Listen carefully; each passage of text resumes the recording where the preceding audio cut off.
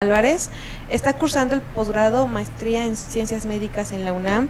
Tiene una alta especialidad en psicogeriatría y especialista en psiquiatría por el Instituto Nacional de Psiquiatría Ramón de la Fuente Muñiz.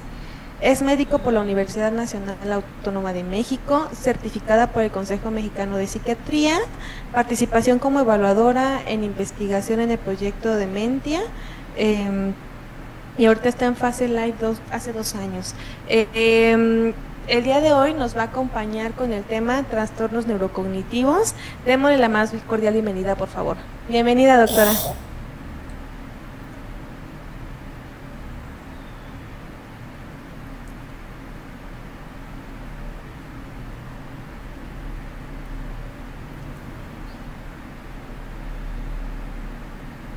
Listo, ahora sí mejor, ¿verdad?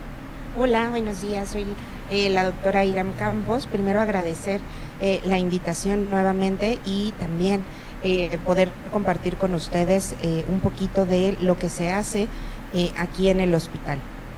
Claro que antes de llegar acá a segundo o tercer nivel de atención, seguramente los pacientes van a llegar con ustedes en el primer nivel de atención y la idea es que ustedes puedan referirlos a tiempo e identificarlos. Entonces vamos a hablar de trastornos neurocognitivos y el objetivo de la plática es reconocer las principales manifestaciones clínicas, diferenciarlo entre el envejecimiento normal y uno patológico e identificar diferentes estrategias diagnósticas y terapéuticas para primer y segundo nivel de atención. Entonces, este va a ser el contenido de la presentación y para que, digamos, podamos tener un poquito más de claridad dentro de los términos, vamos a tomar como sinónimos un trastorno neurocognitivo leve igual a deterioro cognitivo leve y un trastorno neurocognitivo mayor igual a demencia. Evidentemente, estos términos son intercambiables, pero esto es dependiendo de la clasificación que vayamos ocupando.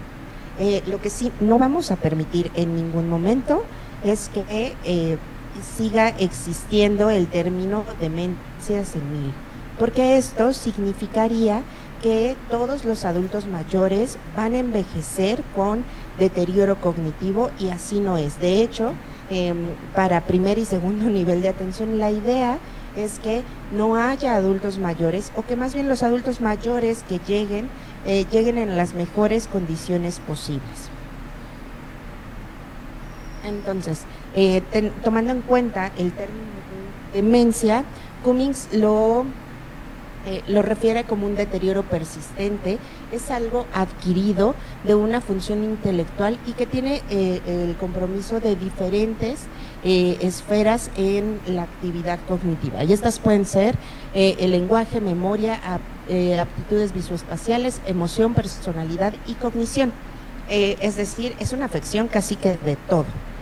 Pero ya para el 2015, la Asociación Psiquiátrica Americana lo define como el desarrollo de múltiples déficits cognitivos y estos incluyen o siguen incluyendo los déficits de memoria más las otras funciones y esta alteración ya va a ser lo suficientemente grave como para interferir de forma significativa en las actividades que hacen los pacientes. Entonces, dentro de las definiciones, lo que queremos, digamos, que se lleven es que es algo adquirido, es decir, es algo que el paciente previamente no tenía, lo desarrolló.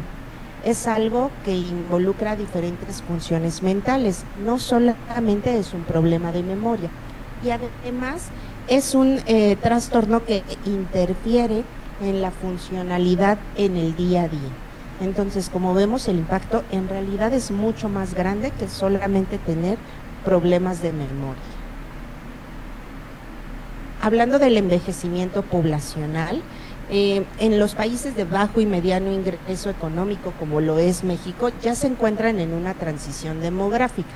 Esto quiere decir que ha aumentado la esperanza de vida y ha disminuido la natalidad. Y esto nos lleva a que nuestra población cada vez va a ir envejeciendo más.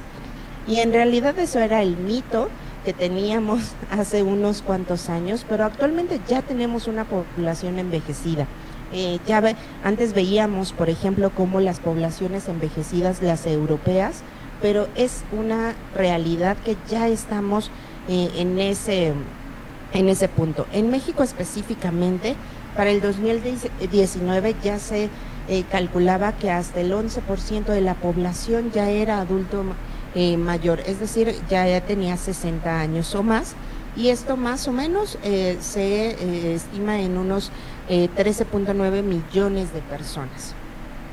Que estemos más envejecidos, que además tengamos más esperanza de vida, no significa que el envejecimiento lo vamos a llevar de la mejor manera. Estamos envejeciendo más, pero en peores condiciones. Entonces, eso es algo de verdad preocupante. Y para el 2050 ya va a haber hasta 2.1 billones de adultos en el mundo, pero como les había comentado, ya no van a estar en países europeos o los que considerábamos países que antes estaban envejecidos. Eso ya pasó. Ya van a estar hasta el 81% en países de Latinoamérica. Entonces, imagínense, Latinoamérica va a ser una zona, una región de adultos mayores. Entonces, en lo que más sepamos de tratar de adultos mayores, pues mucho mejor. Y además de que también esto puede ser un poco de, voy a decirlo así, como de autoayuda, porque esperemos que todos tengamos, que vayamos a llegar a ser adultos mayores. Cerca de estos adultos mayores, más o menos el 20% de estos adultos mayores, además van a tener algún trastorno psiquiátrico. Dentro de estos trastornos psiquiátricos va a ser, pues uno de ellos, los trastornos neurocognitivos. De repente para las personas que los atienden en primer y segundo nivel de atención, es bien difícil saber hacia dónde los van a referir. Y es que todos les queremos meter mano. Ahorita ya les comentaba que eran trastornos en donde está afectada la cognición, es un trastorno en donde está afectada la funcionalidad y es un trastorno en donde está afectado la conducta. Entonces, nos pueden llegar a los psiquiatras, a los geriatras, a los neurólogos, pero la idea es que antes de llegar a las especialidades, ustedes puedan tener un buen abordaje diagnóstico e incluso el tratamiento. No todos los adultos mayores van a requerir todo el tratamiento farmacológico por lo que llegan a estas instituciones. Entonces, pues bueno, anteriormente se decía que había un nacimiento cada 3 segundos, es decir, 1, 2, 3, un nacimiento. Y ahora las cifras son tan grandes que son un caso de demencia diagnosticado cada 3 segundos. Y eso es únicamente el diagnóstico, otorgar el diagnóstico. Habrá muchas otras personas que vivan sin un diagnóstico con la falsa creencia de que los problemas de memoria suceden porque ya están viejitos. Y eso es un estigma muy grande. Entonces, esta cifra se va a ir duplicando cada 20 años y, como les comentaba hace un momento, pues la mayoría de estos pacientes estarán en países de bajo y mediano ingreso económico, como lo es México. Dentro de todo esto, esta es la década del envejecimiento saludable, del 2020 al 2030. Y entonces esto es súper importante porque nos hace poner en perspectiva que es una prioridad para la salud pública, y dentro de que sea una prioridad para la salud pública, pues hay mucha más atención, incluso para que estos temas se conozcan y no estén en la parte de como en el anonimato o en la parte en donde, de hecho, en las primeras versiones del MHGAP no estaban estos trastornos, e incluirlos es parte de que la población también pueda tener acceso a mayores estrategias de prevención y de tratamiento. Entonces, para el 2018, casi 50 millones de personas ya tenían un diagnóstico de enfermedad de Alzheimer, y como les comentaba, esto se va a ir duplicando cada 15 años. Esto además nos da que es la primera causa de discapacidad y dependencia entre los adultos mayores. Que los adultos mayores sean o estén con un diagnóstico discapacitante y que necesiten dependencia, involucra ya también a una persona adicional, es decir, a un cuidador o a una red de apoyo que puede ser mucho más amplia. Y entonces un problema que podría ser un diagnóstico primario en una sola persona, también se vuelve un diagnóstico para el resto de la red de apoyo. Y pues es el quinto mayor contribuyente a la carga mundial de la enfermedad. Es decir, no solamente es una cuestión muy prevalente, sino que además cuesta mucho dinero. Los cuidados en cualquier situación cuestan dinero y se vuelve el tema no solamente de salud, sino se vuelve un tema económico y un tema de calidad de vida para los adultos mayores y para su red de apoyo. Entonces, hablemos del envejecimiento cognitivo normal, porque a partir de la normalidad es cuando vamos a ver el deterioro. La normalidad es lo esperado para todos los adultos mayores. Cuando alguien me dice, tengo problemas de memoria, lo cierto es que a mí también se me han olvidado las llaves, he dejado, no sé, una tarea pendiente porque no la recuerdo, y eso no me hace, digamos, en ese momento ya con un diagnóstico de demencia. Todos podemos tener ciertas fallas atencionales, pero estas fallas las podemos ir cambiando o más o menos malabareando para que aumente nuestra funcionalidad o bueno, disminuya. Entonces, el envejecimiento cognitivo normal van a ser todos los cambios que nosotros vamos a ver en los individuos que envejecen. Seguramente, aunque, bueno, yo no soy adulto mayor, pero seguramente no es lo mismo como yo estudiaba en la primaria, en la secundaria, en el bachillerato y en la licenciatura, porque he tenido que aprender diferentes técnicas.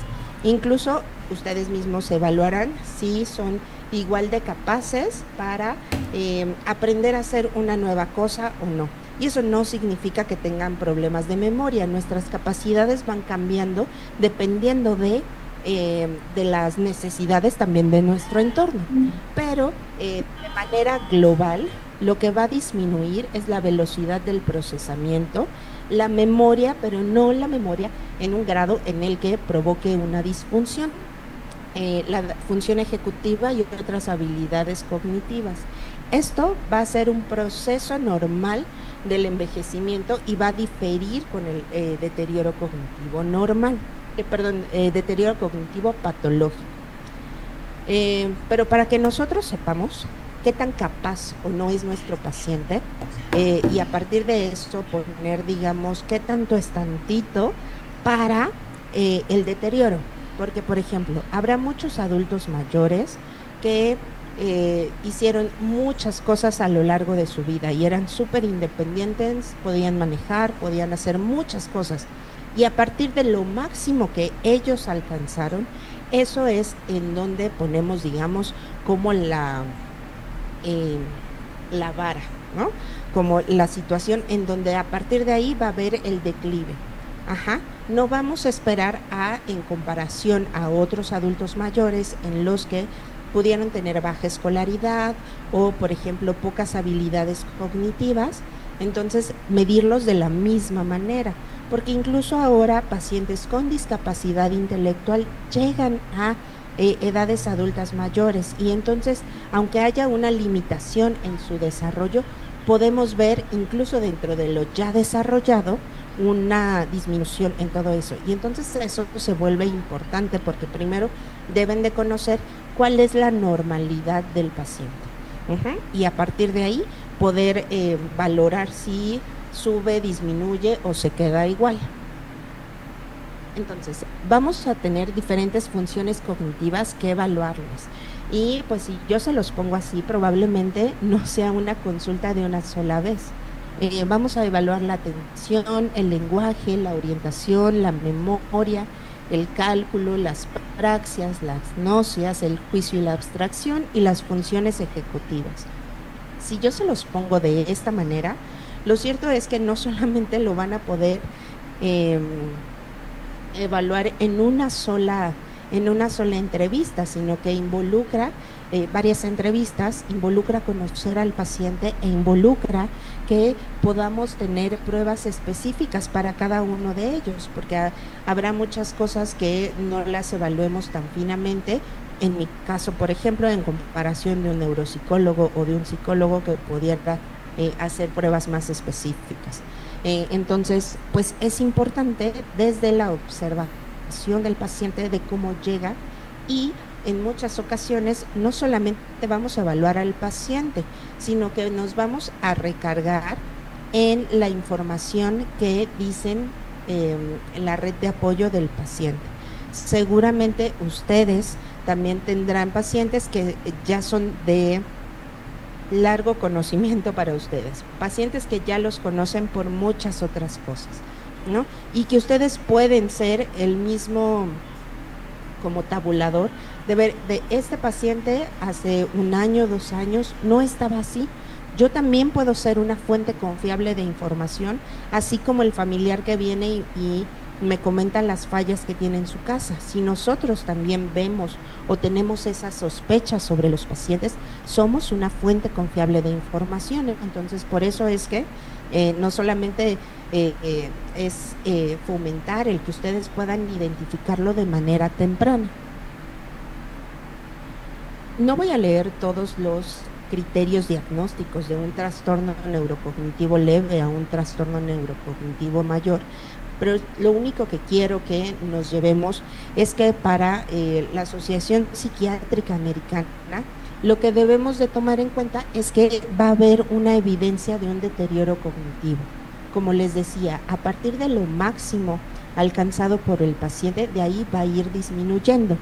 Esto también involucra que haya una preocupación por estos síntomas por parte del paciente, aquellos que nos dicen, ya se me olvidan las cosas.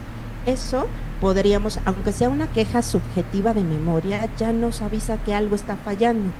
Como les decía, a mí se me pueden perder las llaves o olvidarlas donde sea, o todavía alguien, no sé, los lentes, y eso no representa que yo tenga todo un problema de memoria. Yo no lo clasificaría así, más bien lo clasificaría como que estaba distraída, no puse atención, antes de un problema de memoria. Pero cuando hay pacientes que sí nos llegan con un problema de que esa es su queja principal, hay que hacerles caso.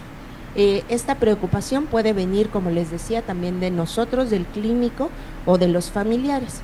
Y este deterioro va a ser modesto, es decir, independientemente de las pruebas neuropsicológicas, si se los van a mandar o no a los pacientes, pues no son las suficientemente graves como para que interfieran en la capacidad de actividades cotidianas de estos pacientes. Entonces, y estos déficits no ocurren en un contexto de delirium, que ahorita lo vamos a ver, y tampoco se explican mejor por otro trastorno mental. Seguramente ya vieron en el resto de esta semana o de estos días trastornos mentales graves como la depresión, trastornos psicóticos o el espectro bipolar, que van a tener sus propias deficiencias cognitivas, ¿ok? Pero incluso dentro de esas, como les decía yo hace rato, como incluso dentro de estas desventajas puede haber una disminución mucho más grande. Es muy probable que en algunas ocasiones, digamos, al paciente se le olvida todo lo que le estamos diciendo, pero el paciente está en un episodio de depresión muy grave o en un trastorno o en un episodio psicótico. Entonces, en ese momento, tal vez nuestras habilidades cognitivas no sean las mejores porque están oscurecidas o más bien sesgadas por un trastorno mental grave. Cuando haya una disminución o remisión de este trastorno mental, entonces sí evaluamos la cognición de manera basal. Entonces, pasamos de leve a un trastorno neurocognitivo mayor o demencia. Cuando ya hablamos de demencia es porque todos los pues las funciones cognitivas que les comentaba hace un momento ya van a interferir o ya van a ser tan, digamos, tan poco eficaces que ya van a interferir en nuestro día a día y ya van a interferir en la funcionalidad de todos los pacientes. Entonces, si nosotros ponemos como una tabla de funcionalidad, hay actividades instrumentales de la vida diaria. Por ejemplo, cocinar,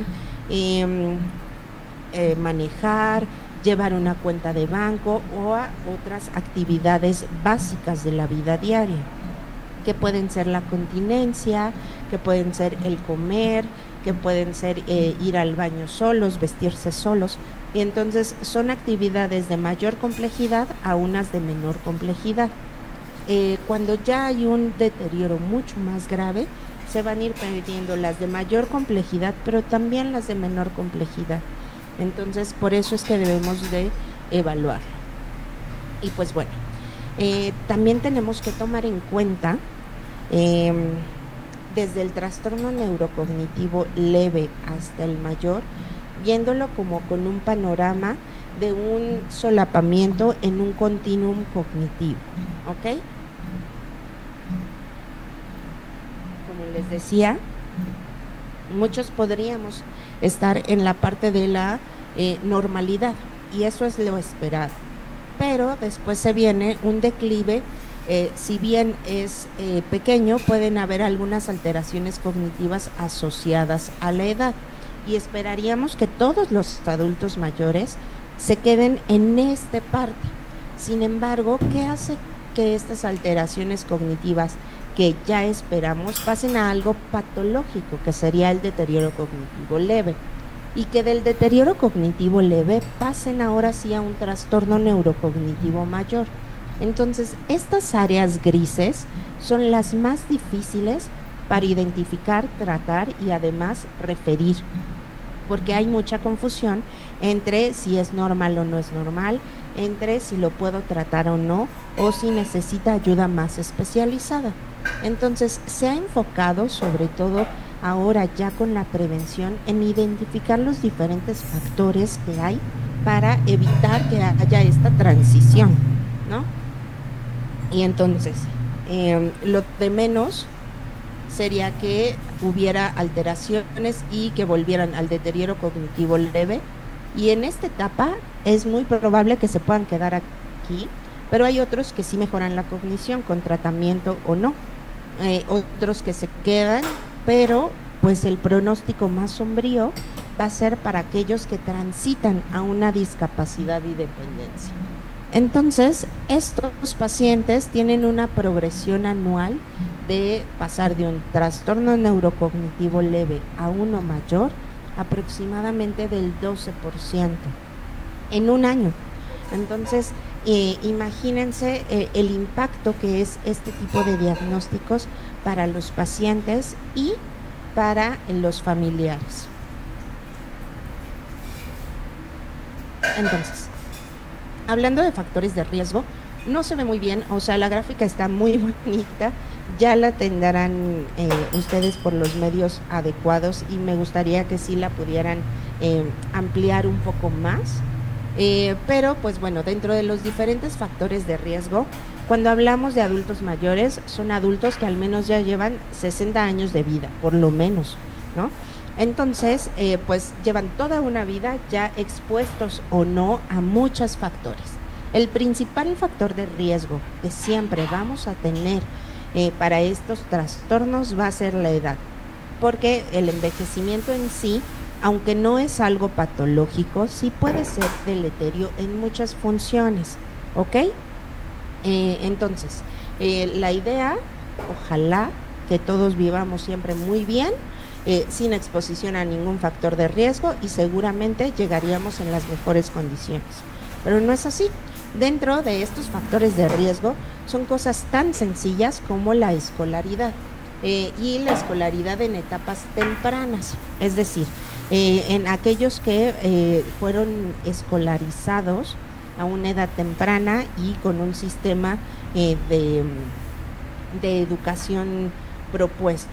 Sí es importante que preguntemos siempre la escolaridad de los pacientes, pero es mucho más importante la escolaridad que se recibe, digamos, de manera tradicional, a aquella que ya se adquiere a edades más tardías, porque habrá muchas personas que terminen el bachillerato ya estando adultos mayores, que solamente es un año, creo, ¿no? O que terminen sus estudios ya también cuando son más grandes. Ese tipo de escolaridad, si bien sí nos indica algo, no es el que nos da un factor protector al inicio de la vida. Bueno, eso es en edades tempranas. Digamos, la parte media de nuestra vida pueden haber cuestiones tan importantes como la audición o la pérdida de la audición, el traumatismo cráneoencefálico, puede ser la hipertensión, el abuso de alcohol y la obesidad. Es decir, si nosotros vemos como un panorama mucho más grande, nuestra población probablemente tenga todos estos factores de riesgo y que erradicarlos por sí mismos ya cuesta mucho trabajo o ya es un problema de salud pública. Y pues no solamente tenemos estos factores de riesgo a la mitad de nuestra vida, sino que vamos a tener factores de riesgo también en los adultos mayores. Y esto puede ser la parte de del fumar, la parte de tener depresión, el aislamiento social, la inactividad física y cosas tan incontrolables hasta como la contaminación y la diabetes. Esto por sí mismo únicamente explicaría el 40% de las causas por las que suceden los trastornos neurocognitivos. Es decir, menos de la mitad podría explicarse por estas causas. El otro 60% no tenemos idea de por qué suceden o no. Pueden ser entre causas genéticas, entre otras muchas causas, pero pues todavía estamos en pañales, digámoslo así, en cuanto a la investigación de todos estos factores. Y pues hay factores que podemos modificar, habrá otros que no podremos modificar, pero el más importante siempre que se los pregunten va a ser la edad. Y esto por como les comentaba, por el mismo proceso de envejecimiento y porque la edad, es decir, ser adulto mayor, también nos da un riesgo mayor de enfermedades neurodegenerativas, que estas son las principales causas, sino las únicas de un trastorno neurocognitivo mayor. Entonces, cuando las vayamos a clasificar más o menos, porque ponerles nombre y apellido cuesta mucho trabajo y es un proceso de muchas consultas. Pero de manera inicial, como las vamos a clasificar, primero van a ser por dónde están localizadas. Es decir, si nosotros consideramos que son corticales o subcorticales, y esto es dependiendo de las funciones en las que están afectados. Cuando hablamos de demencias corticales, por lo general lo que está alterado van a ser la memoria, pero cuando hablamos de subcorticales puede haber alteraciones de la memoria y además alteraciones motoras en el sueño, etcétera. En la parte etiopatogénica vamos a tener las primarias, que casi siempre son las neurodegenerativas, y las secundarias, es decir, que es debido a algo más. Si hablamos dentro de la temporalidad, es de inicio temprano si estas suceden antes de los 60 o 65 años, y la etapa, digamos, de aparición esperada sería de los 65 a los 85 años de edad, y cuando estas aparecen de manera tardía ya son mayores de 85 años y pueden ser de rápida evolución o de una evolución lenta e insidiosa. Cuando son de rápida evolución, pues es evidente que a partir de lo máximo alcanzado en 2 años se pierda toda esta autonomía, y de evolución lenta, como es la mayoría de estas enfermedades, es que dure más de 2 años. Vamos a ver las características de las principales demencias o las demencias más frecuentes que nos vamos a encontrar en la consulta. ¿Ok? Como les comentaba, lo primero, viéndolo dentro del continuum, el deterioro cognitivo leve. Entonces, esta no es una demencia, pero actualmente ya se considera que en muchas ocasiones puede ser una manifestación preclínica de la enfermedad de Alzheimer. Entonces, pues sí es importante que podamos seguir a estos pacientes. No podríamos decirles, he escuchado mucho, por ejemplo, principios de Alzheimer, porque no tenemos la certeza que eso vaya a ocurrir, ni que sea el principio. Puede ser un perfil, pero ¿y qué tal si nunca se demencia? ¿O qué tal si regresa a la cognición normal? Entonces es muy importante que estos pacientes, digamos, son los más delicados en cuanto al pronóstico, porque debemos de seguirlos y tratarlos, y en realidad ellos son los que pues generan muchas más dudas incluso en la parte clínica. Para la parte de la clasificación, son pacientes que pueden tener un deterioro amnésico, es decir, donde la memoria es la principal afectada, o no amnésico, en donde el resto de funciones pueden estar afectadas. Puede ser el lenguaje, las praxias, que no necesariamente son la memoria. Y esto puede ser unidominio o multidominio. Lo más importante es que para este punto los pacientes tienen una funcionalidad conservada y, como les comentaba, la fuente de información podemos ser nosotros mismos, el paciente o un informante que conozca bien al paciente.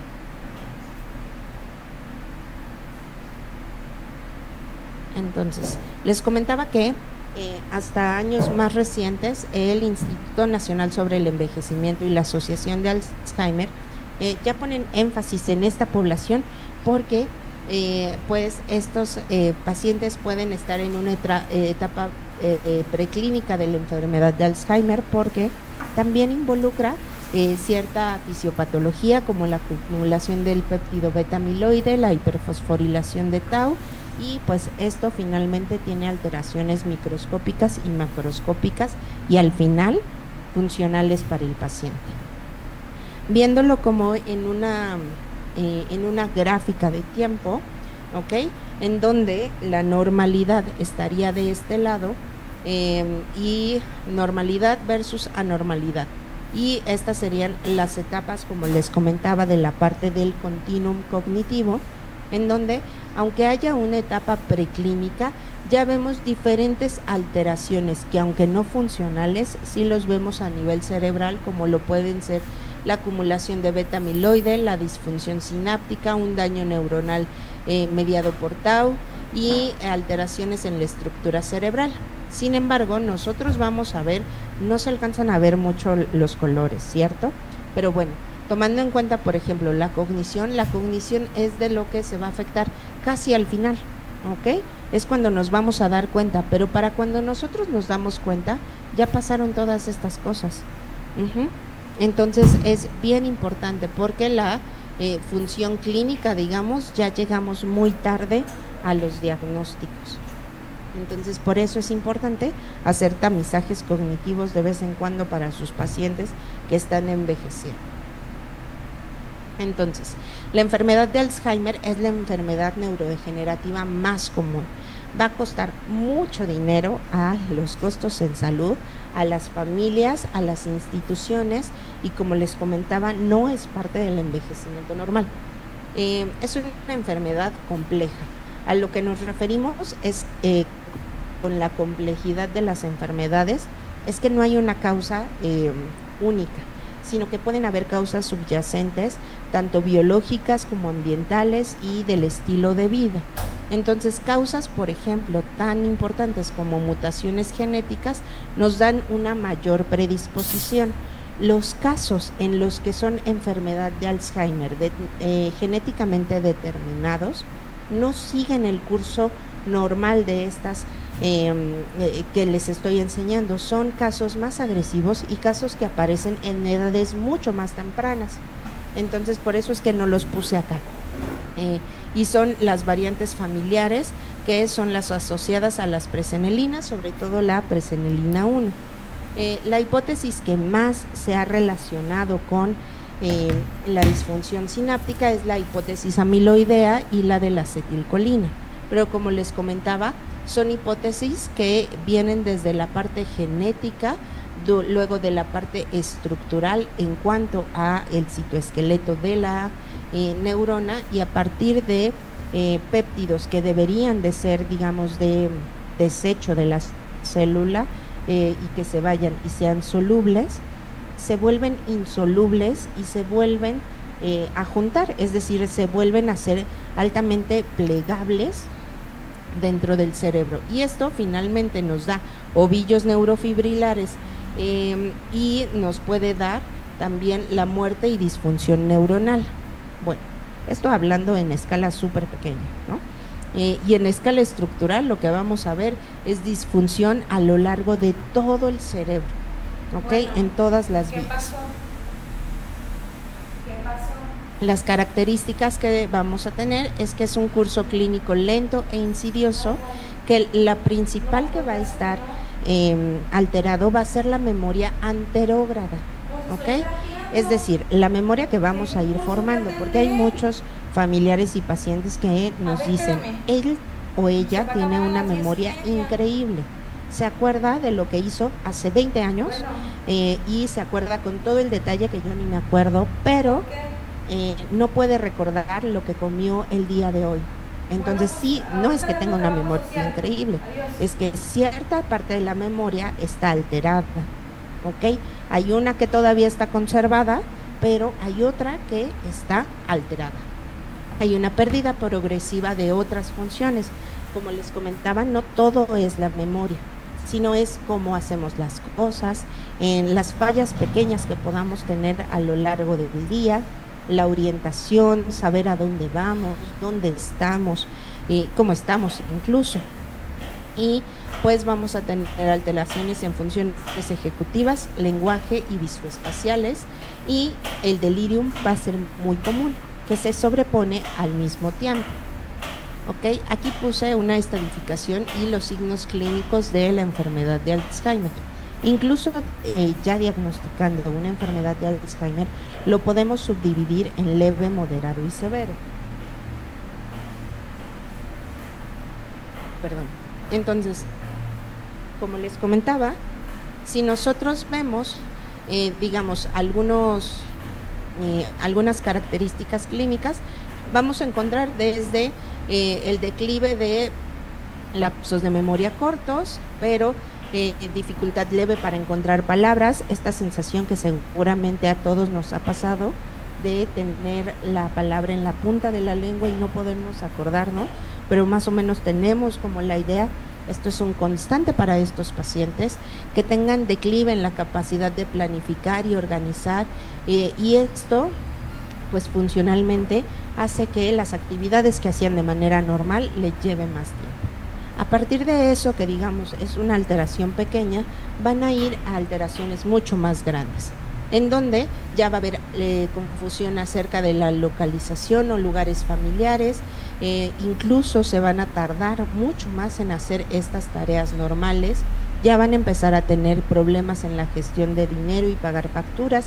Habrá muchas personas que no tengan una gestión tan grande de dinero, pero aunque sea poco dinero, lo organizan y tenemos como cierto esquema, cada quien con las posibilidades económicas, pero si yo sé que estos 50 pesos me van a funcionar de aquí a todo el día, yo lo debo de distribuir, cosa que a estos pacientes les cuesta mucho trabajo hacer, sea mucho o poco dinero.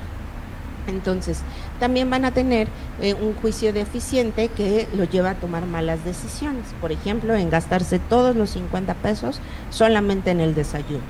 Y entonces también van a tener cierta pérdida de espontaneidad y sentido de iniciativa y cambios en el estado de ánimo. Es decir, ya ahorita no solamente estamos hablando de la parte de las funciones cognitivas, sino ya empezamos a hablar también de la conducta. Ya hay una conducta diferente a lo que veíamos anteriormente. Cuando ya hay un Alzheimer moderado, ya va a haber mucho más confusión, problemas para reconocer caras, tanto familiares, amigos, dificultades para organizar incluso los pensamientos, para aprender cosas nuevas, y aquí es donde la parte conductual se vuelve también más difícil para todos, donde hay más intranquilidad, agitación, tristeza, deambulación, incluso alteraciones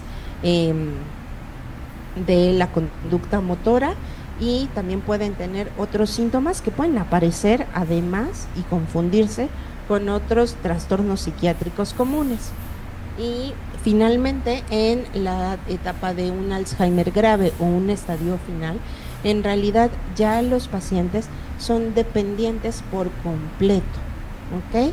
Y entonces vamos a no solamente en la parte funcional, conductual, sino en la parte de decisiones al final de la vida, en donde ya no hay, digamos, como el sentido de uno mismo, donde también hay, digamos, algunas otras incapacidades mucho más grandes, como lo puede ser la comunicación, la continencia, y pueden haber síntomas neurológicos importantes y de difícil control. Los pacientes no fallecen por demencia, es decir, no van a fallecer por una enfermedad de Alzheimer, van a fallecer con la demencia por otras causas, ¿ok? Puede ser por situaciones como infecciones, hospitalizaciones, cuadros agudos, pero no necesariamente mueren por la demencia. Entonces, otra demencia muy común es la frontotemporal, en donde es la primera causa de aquellas de inicio temprano, un poquito antes de los 60 años. Tiene una predilección por la corteza prefrontal y temporal anterior. Que haya esta predilección en el cerebro nos explican los síntomas, es decir, es un síndrome clínico en donde hay mucha conducta alterada. Y esto puede ser por la pérdida de las funciones ejecutivas, y lo que puede haber es desinhibición de los pacientes, cambios de personalidad o al contrario apatía intensa, y las proteínas que están asociadas a estos problemas pues es la tau asociada a microtúbulos, la TDP43 y la tenemos diferentes variantes, por si no fuera poco. No solamente es la parte conductual, que es la que a todos nos va a llamar la atención, pero hay variantes del lenguaje, la afasia progresiva primaria, que de hecho seguramente si ustedes están versados en los chismes pop del mundo de Hollywood, Bruce Willis es la variante que tiene. Entonces, cuando al principio dijeron era una afasia y después dijeron se convirtió en una demencia, lo cierto es que siempre fue una demencia, solamente le pusieron el nombre. Entonces, pues bueno, él tiene una variante del lenguaje en donde hay una alteración en el lenguaje semántico, y esto nos da problemas para comunicarnos, para entender y para nominar las cosas. Y hay otras que son no fluentes o agramáticas. Entonces, incluso si nosotros pudiéramos ver que no es solamente la conducta, que no es solamente la funcionalidad, sino que ahora le metemos el lenguaje, pues es casi como lo explican muchas personas, el término de demencias es un término paraguas en donde se engloban muchas enfermedades. El fin último, cuando derivamos a los pacientes, es que nosotros le podamos dar un apellido a este término paraguas. Vamos a tener diferentes síntomas conductuales, como les comentaba. Pueden ser cambios en la personalidad y en la conducta social, va a haber apatía o pérdida de la empatía, van a haber comentarios sociales inapropiados, también comportamientos alimentarios diferentes o anormales, y una negligencia en el autocuidado. Si nosotros le pidiéramos pruebas neuropsicológicas, el perfil que tendrían estos pacientes es una disfunción en las pruebas de atención, inhibición en la respuesta, alteraciones en la función frontal o ejecutiva y alteraciones en el lenguaje. Otra demencia que suele ser relativamente común es la demencia con cuerpos de luz, en donde aquí vemos un estado cognitivo fluctuante, en donde hay diferencias en la atención y en el estado de alerta. Aquí hay características bien importantes que pueden ser las alucinaciones visuales, que además son alucinaciones visuales bien conformadas y que los pacientes pueden describir muy bien, en comparación de un episodio psicótico, por ejemplo, en donde, aunque haya alucinaciones, el describir con una forma completa, digamos, como en esta parte de la semiología de la alucinación, son más ambiguos. Estos pacientes los identifican súper bien. También tienen un trastorno de conducta durante el sueño REM y este incluso puede aparecer antes del deterioro cognitivo. Y lo que más llama la atención también en estos pacientes van a ser los trastornos motores, porque se asemejan muchísimo a características parkinsónicas, como bradicinesia y disminución de la amplitud o velocidad, temblor y pues la dificultad terapéutica para nosotros es que van a tener una sensibilidad intensa a los psicofármacos. Esta demencia con cuerpos de Lewy está en el espectro de la enfermedad de Parkinson. Entonces, es importante también que aquellos pacientes, adultos mayores, con enfermedad de Parkinson, también se les haga un abordaje cognitivo. Hay demencias por la misma enfermedad de Parkinson, pero también habrá enfermedad de Parkinson y alguno de estos tipos de demencia, ¿ok? Y hablando de la demencia vascular, que pues bueno, al menos de manera anecdótica, que no es ni epidemiológica, yo considero que es de las más prevalentes o de las que van a ser más prevalentes aquí en México, sobre todo porque pues va a ser dentro de las causas por los factores de riesgo modificables con los que está habiendo la población, es decir, factores sobre todo metabólicos. Entonces, cuando hablamos de una demencia vascular es porque hay anteriormente una enfermedad vascular cerebral, es decir, este es algo que nosotros llamamos una disfunción escalonada, ¿ok? Hace rato les hablaba de la enfermedad de Alzheimer, que aunque es continua, es lenta e insidiosa, es decir, no es que de un momento a otro vaya perdiendo la funcionalidad, pero en este caso sí, y además coincide temporalmente con la enfermedad vascular cerebral.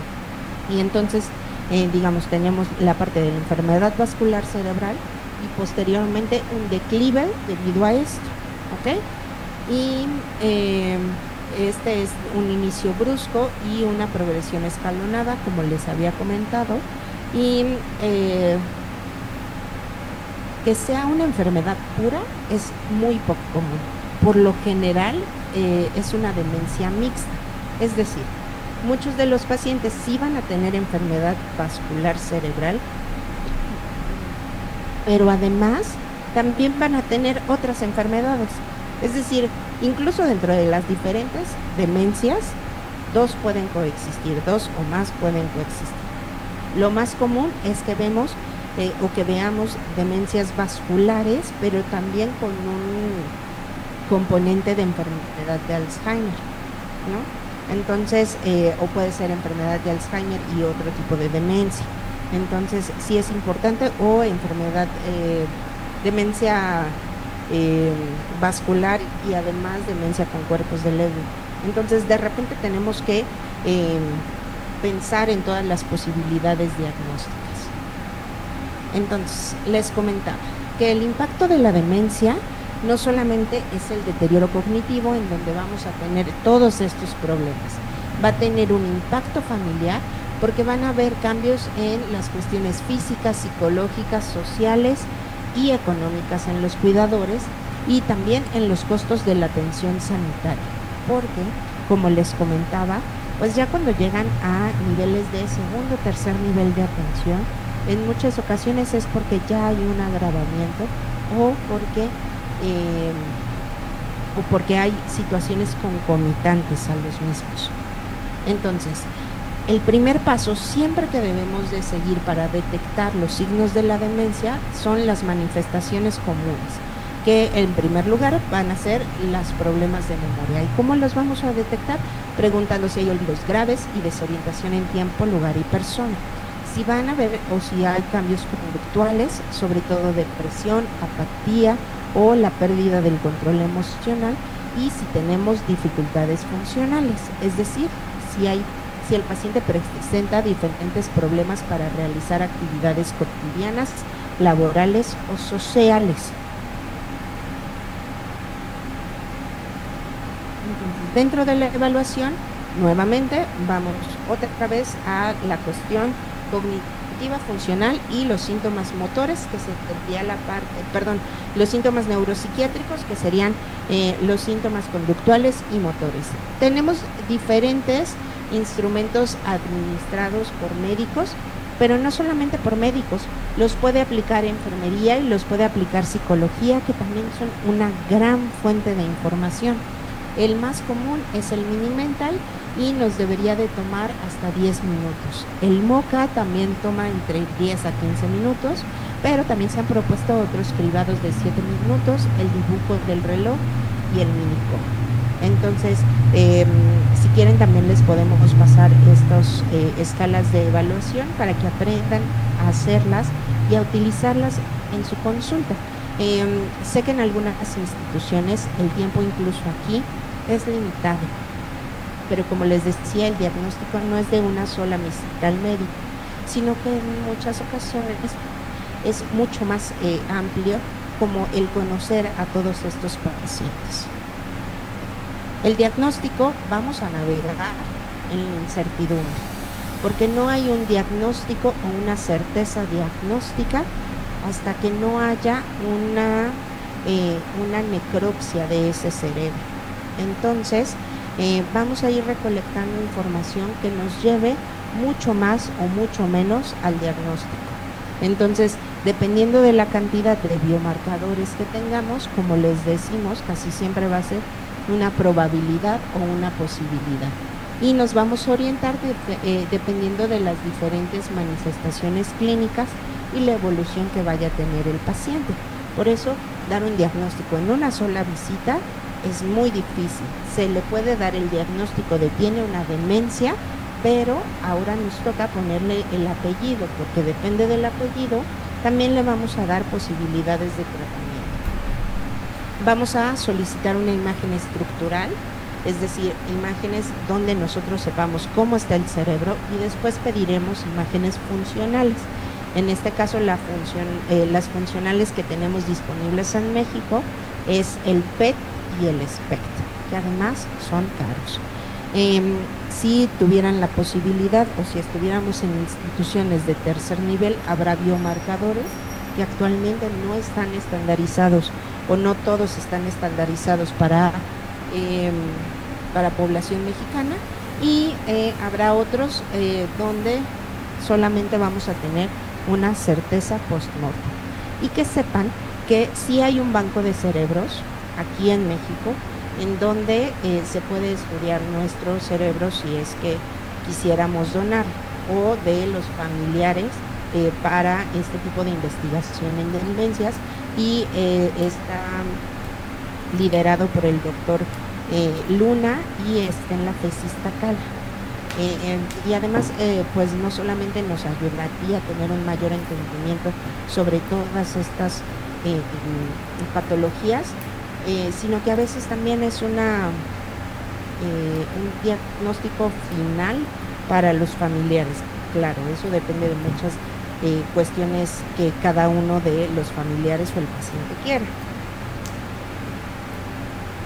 Entonces, dentro de los consejos clínicos que podemos tener, siempre hay que preguntarnos si hay otras explicaciones para los síntomas, porque como les comentaba, ahorita ya les dije muchos síntomas que seguramente ustedes ya vieron en trastornos que vieron el día de ayer y antier, pero también debemos de saber que no solamente se entrevista al paciente, sino que es clave entrevistar con quien va el paciente, sobre todo asegurarnos de que sea alguien cercano y confiable, no alguien que no conozca al paciente o que solamente lo acompaña a la consulta, sobre todo porque ellos son quienes viven o conviven con el paciente y ellos se dan cuenta de las alteraciones conductuales o cognitivas, aunque sean menores. Y debemos de investigar siempre cuándo pudieron comenzar estos problemas y si han empeorado. Como les decía, habrá muchas situaciones en donde pues identificar el día de hoy al día de mañana empeoré. Así no son estas patologías, por lo general se van instaurando en meses o en años. Entonces de repente tener la temporalidad muy clara no es posible. Entonces no se frustren por eso, pero lo que nos podemos ayudar siempre es más o menos poner cuestiones como temporales. Ahora nos ha llegado mucho, ¿no? Por lo de la pandemia, en donde la temporalidad de los familiares fue a partir de la pandemia y del aislamiento que empezaron estos síntomas. Probablemente no hayan empezado ahí, empezaron ahí a darse cuenta de los síntomas porque convivieron más con el familiar, pero es muy probable que estos cambios hayan ocurrido desde antes y solo no los habíamos notado. O, por ejemplo, sucedió en el cumpleaños de mi sobrino, porque empezamos ahí a ver que ya no pudo hacer las cosas sociales o funcionales de un cumpleaños.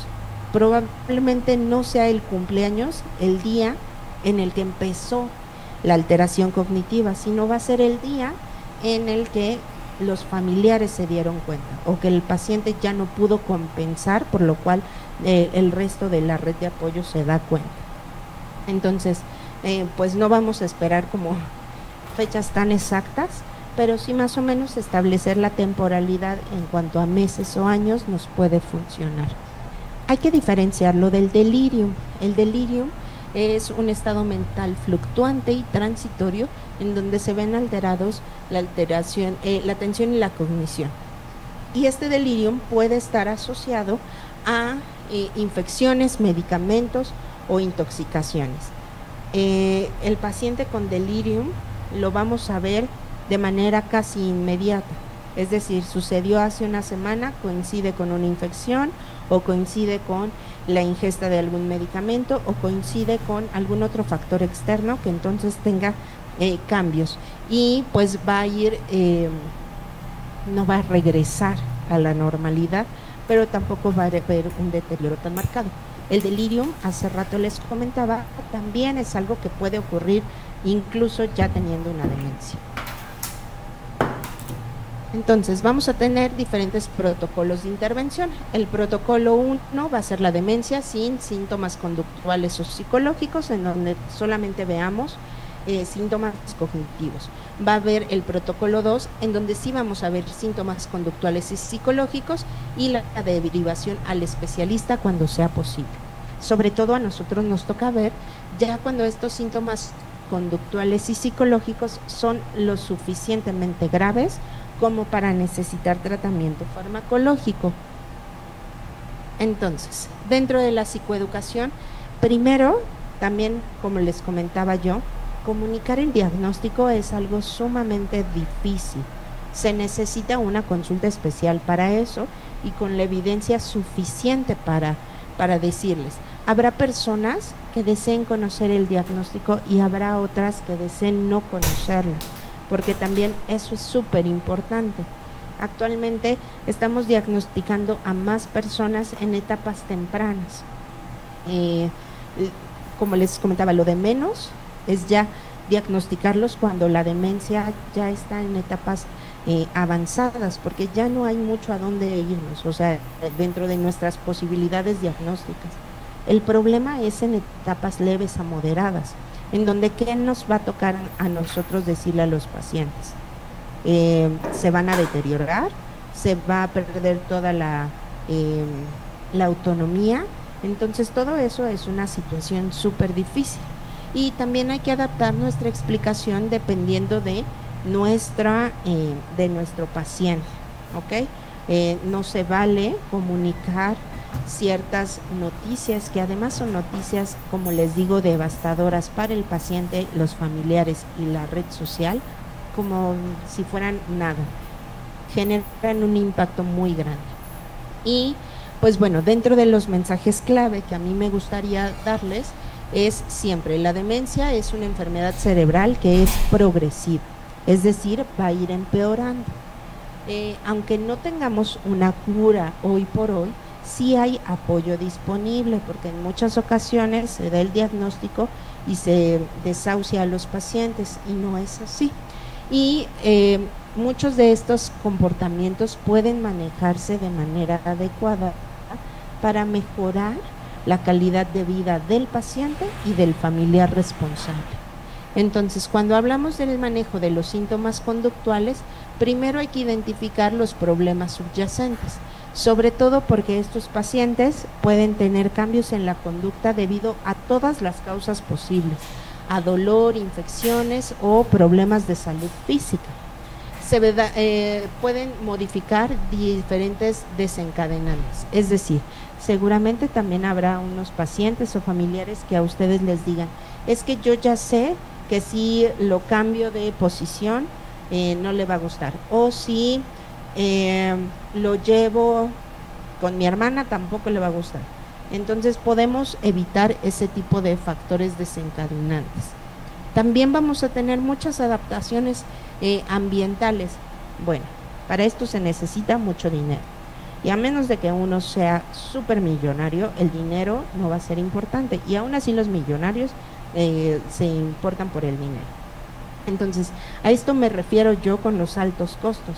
No todos van a tener una casa adaptada a un paciente con demencia. Es más, muchos ni siquiera vamos a tener una casa adaptada a un adulto mayor. Entonces, pues más bien que sean cuestiones de adaptación a lo que nuestro paciente requiera. Por ejemplo, si tiene dificultad para ver y apagamos todas nuestras luces, pues les vamos a generar más problemas. Si tienen dificultad para caminar, entonces no hacer que suban o bajen escaleras. Es decir, hasta cuestiones súper sencillas se deben de hacer en donde haya, digamos, cuestiones apropiadas para ellos, pero que haya lo suficientemente áreas seguras. Los pacientes, como les comentaba, también va a haber diferencias entre el lenguaje y en muchas ocasiones se van a desorientar en el mismo o en la misma casa.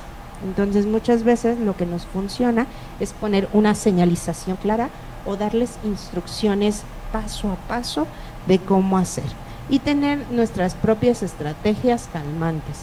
Es decir, promover en estos pacientes actividades placenteras para ellos, no para nosotros, para los pacientes.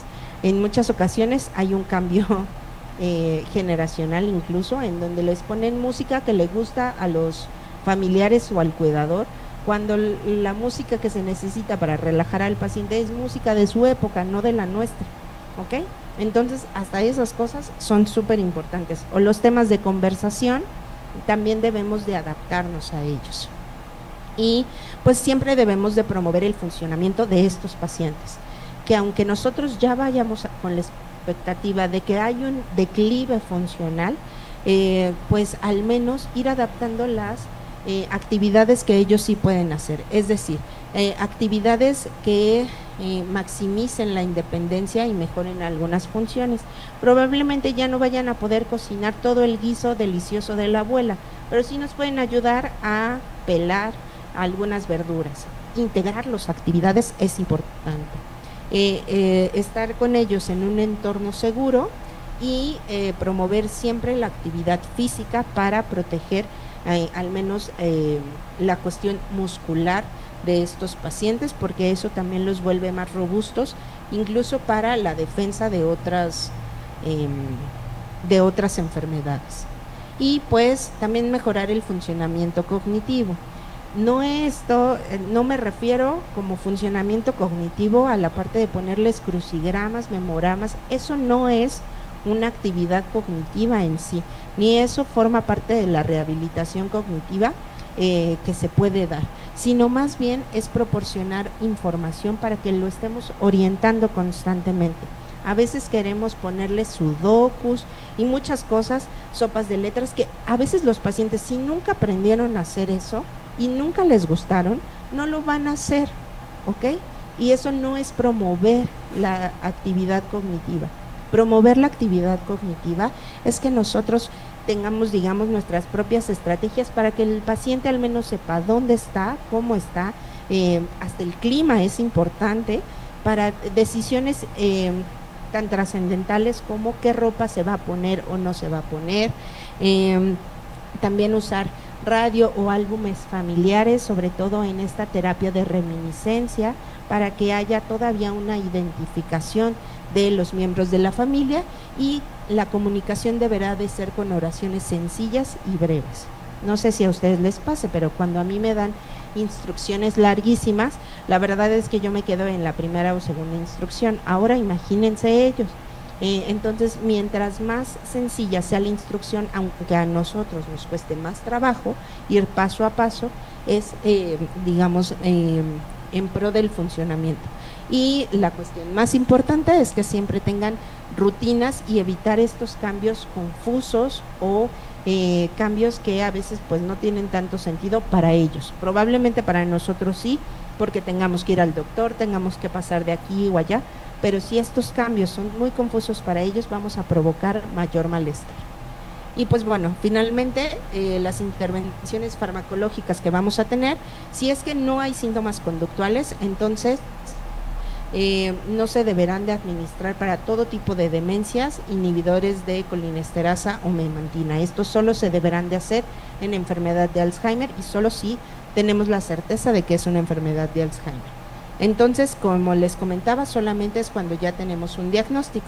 Si ya hay síntomas conductuales, entonces se deberán primero hacer intervenciones psicosociales, considerar antipsicóticos solo si hay un riesgo inminente, y siempre con comenzar con dosis bajas y ir aumentándolo lentamente. Entonces, dentro del tratamiento, los farmacológicos, solamente en casos graves de enfermedad de Alzheimer, tenemos disponible memantina, donepezilo, ribastigmina y galantamina en etapas leve a moderada de la enfermedad de Alzheimer. En el resto de demencias no ese es el tratamiento. Cuando hablamos de un tratamiento no farmacológico, son las cuestiones físicas, incluso cuidar al cuidador primario y la estimulación cognitiva. Y cuando hablamos de síntomas neuropsiquiátricos o conductuales, podemos utilizar antidepresivos o antipsicóticos. Debemos de cuidar a los cuidadores. Se vuelven 2 pacientes o más de 2 pacientes, dependiendo de la red de apoyo. Entonces, debemos de evaluar las necesidades del paciente y del cuidador. Tratar siempre al paciente y al cuidador con respeto y dignidad, y evitar estas cuestiones de hostilidad o descuido, o culparlos por el descuido del paciente. También se deben de hacer capacitaciones específicas, es decir, entrenarlos en habilidades tanto de comunicación como de identificación, para que puedan mejorar el tratamiento en sus pacientes y considerar un apoyo hasta de alguien más en caso de que el cuidador esté colapsado. Entonces, como conclusiones, hay que reconocer a este tipo de trastornos como un problema de salud pública. Nunca es tarde para prevenir. Probablemente muchos de aquí estén en la mitad de su vida o ya sean adultos mayores, pero hay muchas cosas que aún se pueden prevenir. Lo importante para ustedes es identificar a estas personas en riesgo para ofrecerles un diagnóstico y tratamiento oportuno, tomar en cuenta que también debemos de cuidar al cuidador, y siempre debemos de preservar la dignidad e integridad de nuestros pacientes al final de la vida. Listo.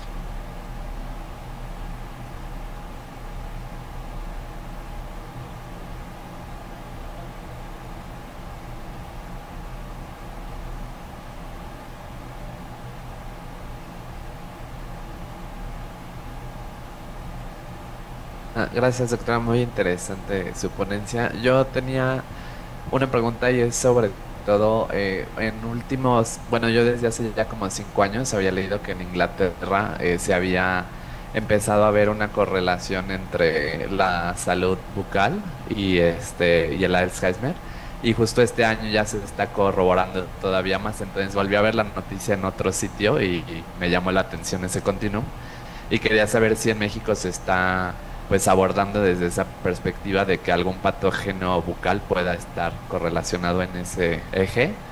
Y la otra era, sí, por ejemplo, en los casos de Alzheimer,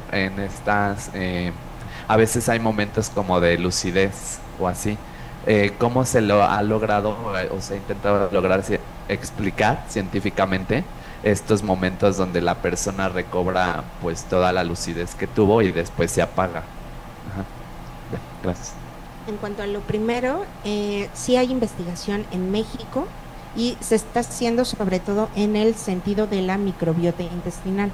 Es decir, se ha identificado que no solamente es la salud bucal, sino que los factores que involucran la pérdida de la salud bucal.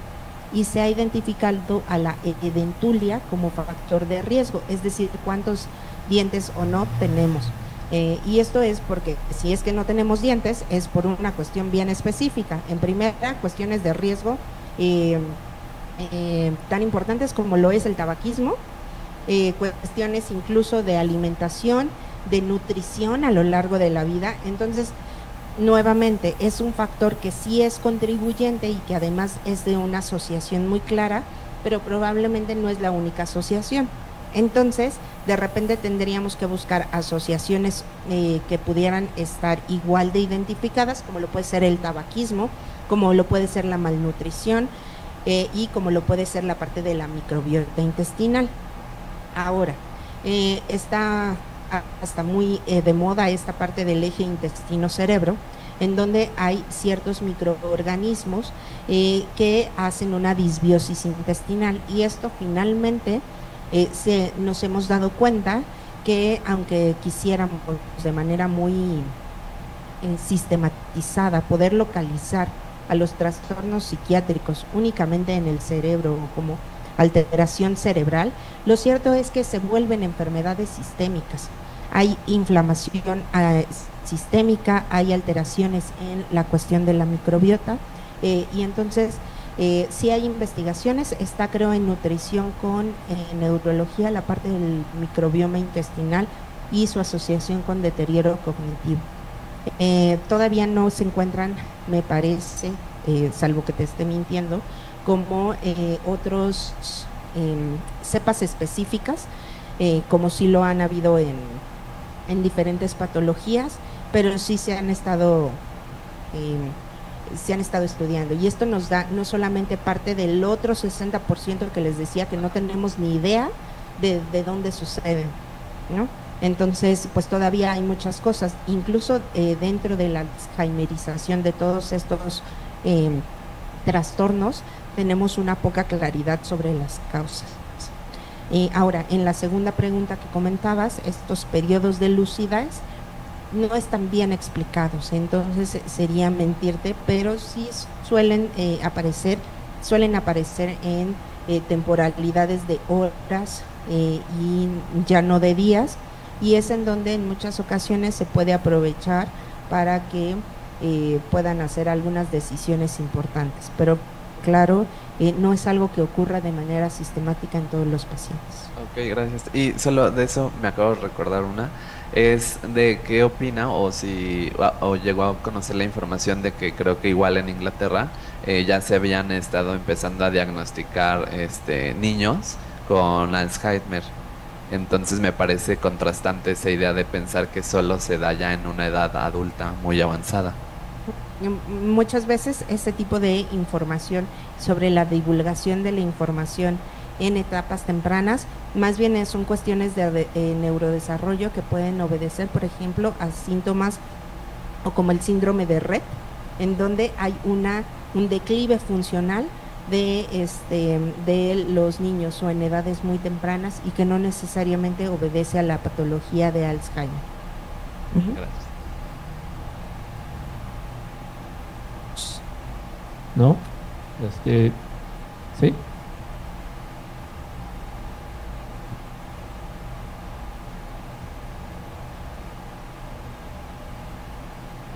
Mencionaba que los ejercicios que los pacientes puedan hacer de crucigramas o padeletas, esto no sería tan importante, pero de alguna manera sí les ayuda. Solamente si es algo que a ellos les gusta, pero como estrategia cognitiva para mejorar el funcionamiento no funciona, ¿ok? Si es algo que siempre han hecho en toda su vida y es algo que les gusta, pues se hace, pero no va a tener una mejoría. las estrategias de estimulación cognitiva son mucho más avanzadas y deben de ser sostenidas, porque si nos vamos a encontrar en internet sobre todo estas cuestiones de, ay, esto funciona para estimular tu cerebro, y no es cierto. O sea, funcionan para mantener la atención, algunas funciones, pero si no se hace con un programa bien establecido, con horarios y con objetivos que puedan ser medibles, no se puede tomar como estimulación cognitiva. Podemos tomarlos como actividades que representen un reto para los pacientes, pero no es una estimulación cognitiva como tal. Y doctora, nos hacían unas preguntas por Zoom. Una nos mencionaban de un cuidador primario, ¿dónde puede recibir capacitación? No es, bueno, sí es. Hay capacitaciones de manera online. Está la plataforma de la Organización Panamericana de la Salud que se llama iSupport, y esta liga de iSupport es de manera gratuita y es un curso psicoeducativo completo sobre los trastornos neurocognitivos y además algunas estrategias tanto cognitivas como conductuales para tratar a los pacientes, e incluso hasta cuestiones de actividad física que se pueden dar bueno, para los pacientes. Otra opción pueden ser los cursos del INGER, que también son gratuitos, pero se llenan súper rápido, y hay cursos específicos para cuidadores, hay cursos para profesionales de la salud y hay otros cursos para población específica. Y también hay cursos psicoeducativos en la, ¿cómo se llama? Iba a decir Asociación de Alzheimer, pero no. Se llama Federación Mexicana de Alzheimer, es la FEDMA. Y entonces ahí también son grupos de apoyo y psicoeducativos.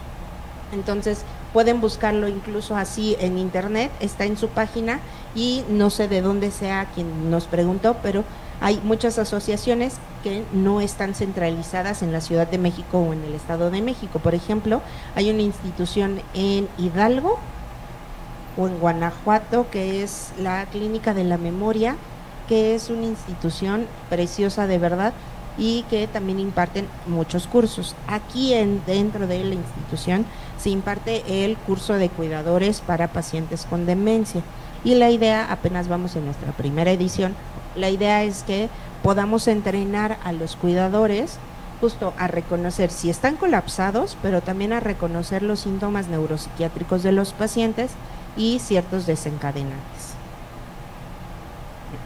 Ya la última pregunta que nos hacían es la dieta, ¿qué tanto influye con el Alzheimer y si hay alguna dieta específica para pacientes con demencia? Es un tema bien complejo, empezando porque la dieta forma parte de incluso hasta la cuestión de riesgo, es decir, la diabetes como enfermedad predisponente para una enfermedad de Alzheimer es un factor de riesgo importante. En muchas ocasiones se ha teorizado que incluso la diabetes tipo 3 es una enfermedad de Alzheimer. Entonces, tenemos que tomar en cuenta que justamente es estos malos hábitos dietéticos, que no quiero decir de peso o metabólicos, porque no siempre la dieta es lo que influye en el peso, sino muchas otras cuestiones, pero la dieta que más se ha considerado como protectora es la dieta mediterránea. De ahí hay otras dietas que se han propuesto como que son de protección neuronal, que es la dieta DASH o MIND. Ok, bueno, pues muy bien, pues le damos las gracias enormemente a la doctora Iram Campos por su excelente presentación de este tema de trastornos neurocognitivos dentro de la guía MHGAP. Sí, entonces, doctora, en este momento el doctor César va a hacer entrega de su constancia y un reconocimiento de parte del servicio, y pues agradecerle enormemente su participación.